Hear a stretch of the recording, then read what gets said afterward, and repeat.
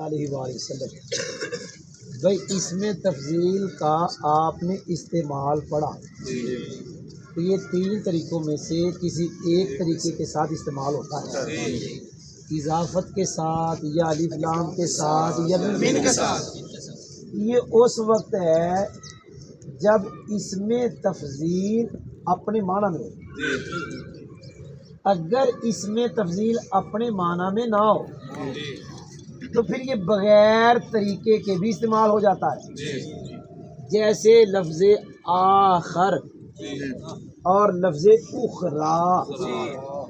یہ لفظ آخرو اس میں تفضیل ہے، لفظ اخری دربا اس میں تفضیل ہے، لیکن آپ کو کتابوں میں آخر نظر آئے گا لیکن کوئی طریقہ نہیں ہوگا، نہ الف لام والا، نہ من والا، نہ اضافت والا۔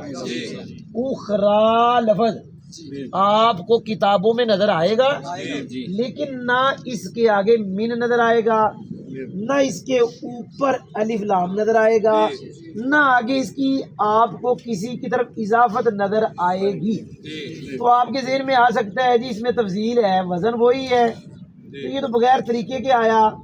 تو جواب یہ ہے اس میں تفضیل جس کے لیے ضروری ہے کہ تین طریقوں میں سے ایک طریقے کے ساتھ استعمال ہو، وہ اس میں تفضیل وہ ہے جو اپنے معنی میں ہو۔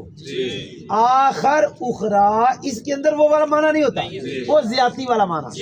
آخر کا معنی ہوتا ہے دوسرا، اخری معنی دوسرا۔ تو نتیجہ کیا نکلا؟